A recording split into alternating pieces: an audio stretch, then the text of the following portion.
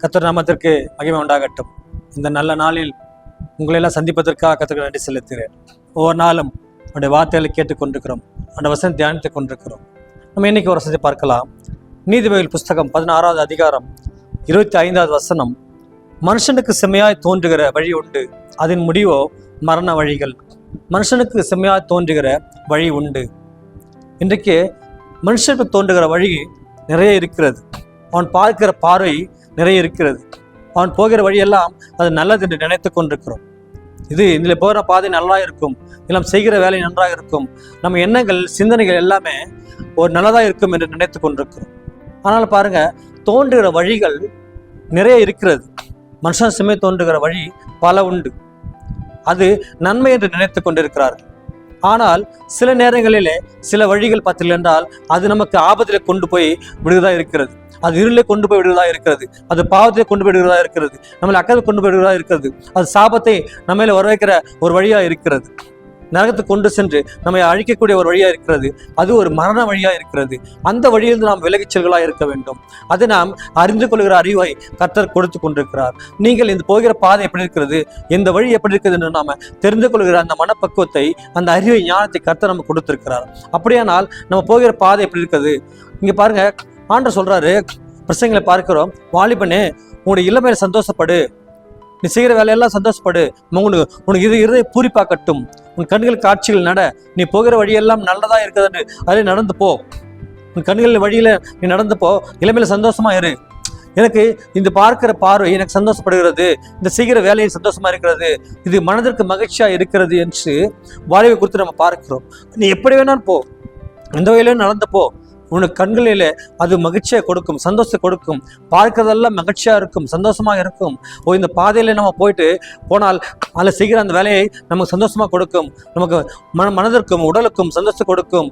அப்படி என்று போகிற அந்த பாதை, அந்த வழியானது எப்படி இருக்கிறது தெரியுமா? அது ஒரு மரண வழியா இருக்கிறது.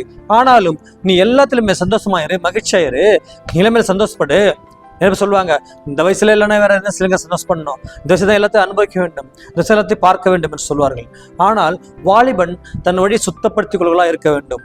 அப்போதுதான் ஆண்டுடைய நித்தியஜீவனை அடையும்படி, அவனுடைய வார்த்தையில கேட்டு அருமை நடக்கும்படி கர்த்தர் நமக்கு அருள் செய்வார். நீ எந்த பாதையில போனாலும் சரி, ஆண்டவர் கடைசியிலே நியாயத்திலே கொண்டு வந்து நிறுத்துவார் என்று பார்க்கிறோம். நீ என்ன செய்தாலும், எந்த வேலை போனாலும் அது மரண வழியா, தீய வழியா, நல்ல வழியா என்று அறிந்து போகலா இருக்க வேண்டும். அப்படி போகும்போதுதான் நம்ம நித்திய ஜீவனுக்கு போகிற பாதையா இருக்கும். ஆண்டவர் கடைசியிலே நியாயத்திலே கொண்டு வந்து நிறுத்துவார் என்று பார்க்கிறோம். நீ எது செய்தாலும் உங்களுக்கு நியாயத்திற்கு ஒன்று இருக்கிறது. ஆண்டவர் வருகைக்கு பிறகு நியாயத்திற்கு ஒன்று இருக்கிறது. அதற்கெல்லாம் நம்ம ஆயத்தப்படுகளா இருக்க வேண்டும், நம்மை பரிசுத்தப்படுத்துகளா இருக்க வேண்டும். நம்மை பரிசுத்தப்படுத்தி ஆண்டவர் வருகைக்கு நம்மை ஆயத்தப்படுத்தி நித்திய ஜீவனை அடையும்படி, நித்திய சுதந்து கொள்ளும்படியாக நம்ம போகிற பாதை தேர்ந்தெடுத்துக்கொள்ளா இருக்க வேண்டும். ஏவாள் அப்படிதான் பார்த்தாள். இந்த பழம் நமக்கு பார்வைக்கு இன்பமா இருக்கிறது, புசிப்புக்கு ஏற்றதா இருக்கிறது, அப்படிதான் எனக்கு பார்க்கிறதெல்லாம் நமக்கு இன்பமா இருக்கும், ஒரு மகிழ்ச்சியை கொடுக்கிறதா இருக்கும். ஆனால் அது முடிவு பாருங்க, ஒரு மரண வழிகளா இருக்கிறது. ஏவாள் அதை சாப்பிட்டால் அவனுடைய கணவன் கொடுத்தாள். ஆனால் தானே பாவமானது பெருகினது, பாவம் அவர்களுக்குள்ளே புகுந்தது என்று பார்க்கிறோம். அப்படிப்பட்ட பாவம் வருவதற்கு காரணம் என்ன? ஒரு கீழ்ப்படியாமை. அவனுடைய வார்த்தை கீழ்ப்படியாமல் போனார்கள். அவருடைய கண்களின் இச்சையினாலே அதை அவர்கள் பறித்து உண்டார்கள் என்று பார்க்கிறோம். அது புசிப்புக்கு ஏற்றதாக இருக்குமே, பார்வைக்கு நலமா இருக்குமே என்று நினைத்தார்கள். இன்றைக்கு அப்படித்தான் நமக்கு பார்க்கிற பார்வை எல்லாம் அப்படி இருக்கிறதா? நம்ம போகிற பாதையெல்லாம் எப்படி இருக்கிறது என்று பார்க்க வேண்டும். ஆண்டவன் கற்றுக் கொடுத்துக்கிற அந்த வழி எப்படி இருக்கிறது? இன்றைக்கு வழி பாருங்க, குறுகலான வழி இருக்கிறது, விசாலமான வழி இருக்கிறது. விசாலமான வழியில போகிறவர்கள் அநேகர் இருக்கிறார்கள். ஆனால் நம்ம குறுகிய வழியில போவதற்கு நம்ம முற்பட வேண்டும், நம்ம முயல வேண்டும். அதில் போவது கஷ்டம்தான். ஒரு சின்ன வழியா இருக்கிறது, நிறைய பேர் அதில் வருவார்கள். போக முடியுமா? முடியாது.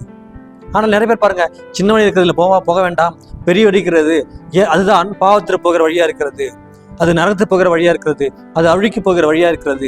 அந்த வழியை தெரிந்து கொண்டு நிறைய பேர் போகிறார்கள். ஆனால் அது நரகத்தை கொண்டு சேர்த்து விடும். அது எப்போதுமே அழிந்து போகிற ஒரு வழியா இருக்கிறது. அது முடிவோ மரண வழிகள். கடைசியில் அந்த முடிவு போய் நின்றா அது மரண வழியா இருக்கும். ஆனால் குறுகலான வழி போகும்போது அது நமக்கு நித்திய ஜீவனை கொடுக்கறதா இருக்கிறது. அப்படியானால் மனுஷனுக்கு தோன்றுகிற வழி செம்மையான வழியா இருக்கிறது, எல்லாம் நன்றாக இருக்கு என்று தோன்றுகிற அந்த வழியிலே நம்ம போகாதபடி ஆண்டவரை நோக்கி போகிற வழியாக இருக்க வேண்டும், குறுகலான பாதையில் போகிற வழியாக இருக்க வேண்டும். கடைசி காலத்தில் நமக்கு நியாயத்தீர்ப்பு இருக்கிறது அல்லவா, அதில் நம்ம விலகி அதற்கு நம்ம பதில்களாக இருக்க வேண்டும், அதற்கு நம்ம விலகிர்களாக இருக்க வேண்டும் என்று ஆண்டவத்தில் நம்ம கேட்க வேண்டும். குறுகலான பாதையில் போவதற்கு நம்ம முயல வேண்டும், முயற்சி செய்ய வேண்டும். அப்போதான் நித்தியச்சனை சொந்து கொள்ள முடியும், அந்த மரண வழியில் நம்ம தப்பித்துக் கொள்ள முடியும். இன்றைக்கு அப்படிப்பட்ட ஒரு கிருபை கர்த்தர் உங்களுக்கு கொடுப்பார்கள். நான் ஜெபிக்கலாமா? அன்பின் நல்ல தகப்பனே, மனுஷமையாக தோன்றுகிற வழி உண்டு, ஆனால் அது முடிவு மரண வழிகள் என்று பார்க்கிறோம் தகப்பன். நாங்கள் அதில் தப்பித்துக் கொள்ளும்படி, இந்த கேட்கிற பிள்ளைகள் தப்பித்துக் கொள்ளும்படி உதவி செய்யும் அப்பா. ஆசீர்வதியும் பலப்படும் ஆனால் நிச்சயமாக அந்த மரண கண்ணிகள் தப்பித்து மரண வழிகளுக்கு நீங்கள் செல்லாதபடி பாதுகாத்து வருவாராக. ஆமேன்.